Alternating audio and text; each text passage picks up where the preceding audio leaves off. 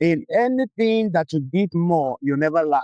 If you give out energy, you realize that you're always strong. If you give out help, you always have help.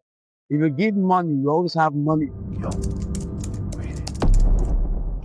In my many years of pastoring and mentoring young people, I've experimented lots of secrets for success.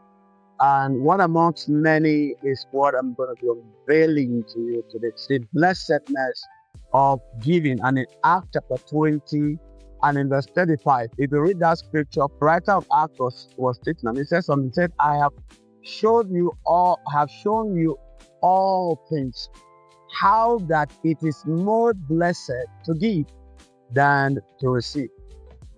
When I look at that scripture, it was like, come. I mean, the summary of the whole thing is that it is more blessed to give than to receive.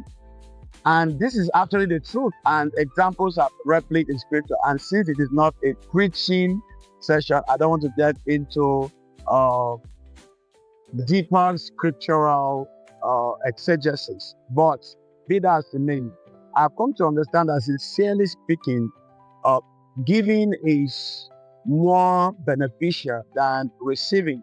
And that is why givers are prone to always having. And those who, connect to the business of giving, you realize that they will, subscribe to a lifetime of abundance permanently. And this is not, we're not talking about covenant. We're not talking about religion. We are talking about the basic rule of life. Whoever you are, whatever field, whatever specialty you belong to, if you practice giving, you will realize that you will never lack.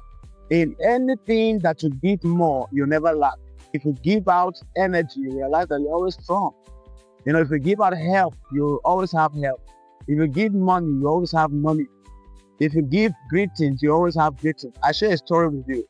The man of God actually went to a certain nation for kingdom advancement and labor.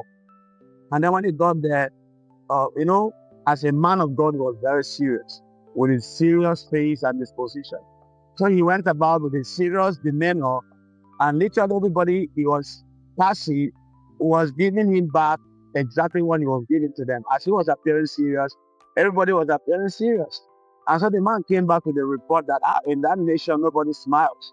That everybody is just serious, nobody's smiling at anybody. Guess what? Another person decided to go try it. And when he got there, he lighted up his face with a smile. And then as he was coming, naturally everybody was responding back with a smile. And then he was surprised. I thought this man said, yeah, everybody frowns and all serious and all of that. But the response to me is different. And then he came to realize that the fault was not the people. The man was actually reaping the harvest of what he was giving, because it's actually what the man sows that he reaps. So the other one sowed seriousness, straight-facedness, and seriousness. And of course, that was exactly the response he got.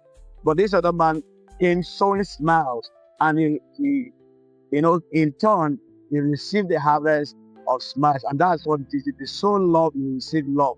If you sow hatred, you will receive hatred.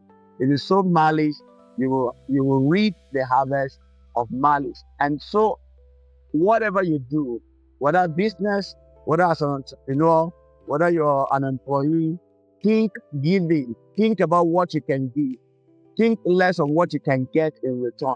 The truth is, everything you give is a seed. And the law of seed time and harvest always plays out. Whatever you sow, over time you will reap.